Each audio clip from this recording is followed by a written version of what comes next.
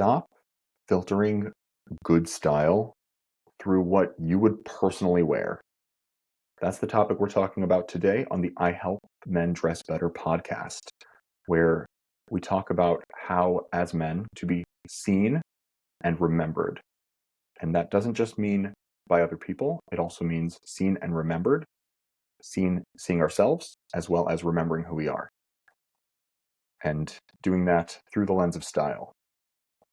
So before we move into today's topic, which is once again being able to stop filtering good style through the lens of what we would personally wear, if you could hit the bell, um, leave a like, leave a comment, subscribe to the channel, it would go a long way towards helping the channel grow and helping me make more content like this. I work really hard to try to provide valuable content and the sorts of topics that I don't think a lot of other people are talking about. And sometimes that can hurt the popularity of a topic, even if it's very useful and helpful, because algorithms don't always know what to do with it. So if you could leave a like, leave a comment, subscribe, follow, click the bell for notifications, I would really appreciate it.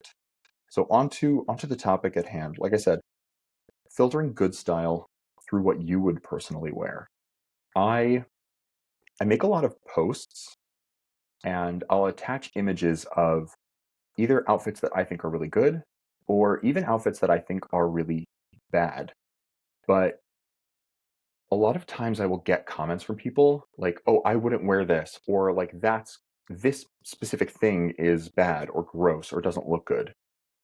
And it's it's like sometimes even when the outfit is bad and I agree with them that it's bad, it's like the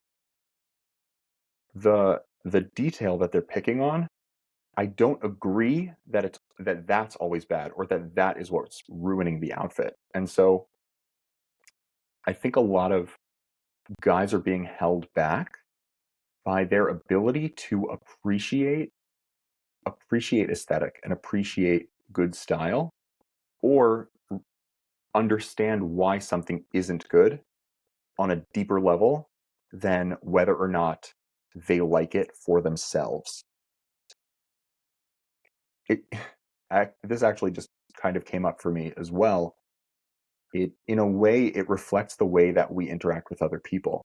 A lot of times we project our negative attributes onto other people because we can't accept it in ourselves. So we will look at other people and say like, "Oh, I would never do that." And accepting that we would do that thing or that action or attribute is actually a part of ourselves would be powerful in helping us grow and helping us expand our awareness and our sense of self. So it's funny how that works, and style is in a big way the same. When you're able to act more objectively, appreciate something, more appreciate a style, even if you wouldn't wear it, that opens the door for you to sit down and figure out, okay, what do I like about this? Is there something I can learn here? Is there maybe something in the color palette that I really like? Or is there something in the way that it fits that I really like? Or is is there an easy fix to make this better or to make this something I would wear? And I genuinely believe that you can never really appreciate your own style and build your own style until you're able to appreciate styles that you would not personally wear. For myself, like I some of my favorite styles are styles I would never wear. I'm not I'm not a particularly rugged archetype person, and this is referencing the three archetypes of men's style, which are rugged, refined, and rebellious. So rugged is more, jeans and leather and physical laborers, the military. Refined is more suits and ties and minimalism, clean aesthetics, things that you would associate with more refinement. And rebellious is the trappings of counterculture. Small nods to going against the grain of society. So, rock stars and, brighter colors, all sorts of different ways that you can rebel as a man. So I tend to lean more towards refined and rebellious. I really don't lean into rugged very much at all. But some of my favorite outfits are incredibly rugged. I've I love rugged outfits, even though they're not for me. Even though they don't match my personality, and even though they wouldn't look right on me, I love them and I learn so much from them. I'm able to look at them and say, "Oh, I can't wear this, but I really like the color palette. So maybe I can find refined pieces in this color palette and I can wear a similar outfit." Or, you know, okay, the materials that he's wearing, I like the cut of these garments, but the materials are too rugged. How can I find a garment like this that is cut in this way and fits this way, but in a material that's more refined? Or, I really like these boots, but they lean too rugged. What can I pair them with? Or what small details can I change that would lean it refined enough and away from rugged enough that I would want to wear it and I would really like it? And it also allows me to question, you know, what about this doesn't align with me? Because that can also help me understand more of what does work. So I think that in a way, it's much easier, but in a way, this is good, right? So when people come into my comment sections and they say, I would never wear that, that's terrible, I don't like this, that's not for me, and they write off an outfit like point blank, that's not necessarily a bad thing.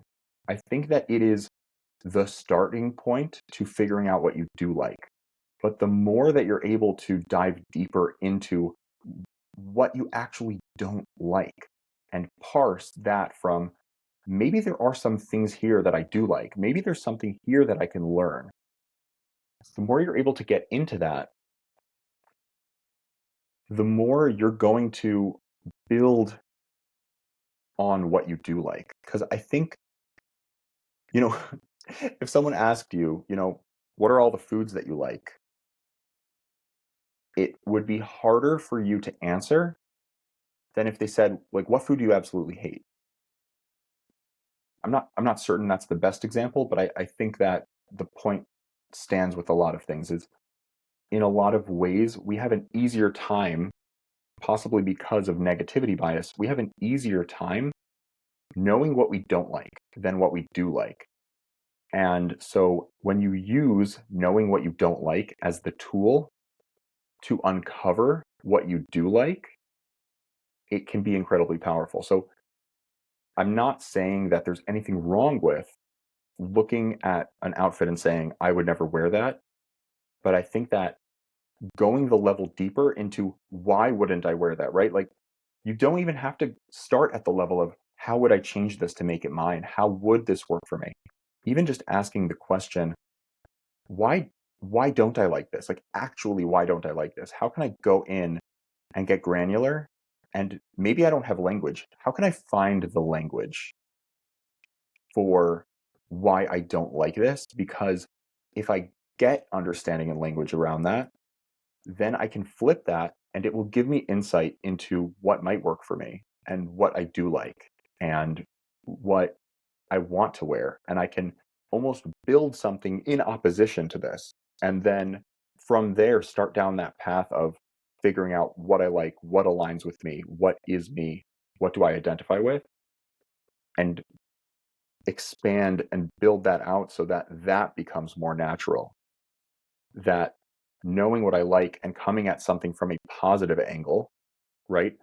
Oh, this isn't for me because I know what I like, but I really appreciate this. Versus, I don't know what works for me. I just know this is it. I don't know why, but I'm just going to say this is bad because it doesn't work for me. Do you see how there's there's more power in this one. There's more power in the positivity, in the I know what works for me. I have clarity on what works for me. And therefore, I can really appreciate this for what it is, even if it's not for me. I think that's the full thought. I'd love to hear your thoughts in the comments. I know this is a little bit of a on the shorter end for my podcast, which is not a bad thing. Once again, like, comment, subscribe, ring the bell, get the notifications. It would really go a long way in helping share these ideas with more men who I think it could really help. If you know anyone that you think would appreciate this sort of discussion, please forward this to them, send them the link, pass this on. It would go a long way in helping to spread this message and growing out these ideas. Once again, have a wonderful day, and I will see you in the next one. I'm excited. Take care.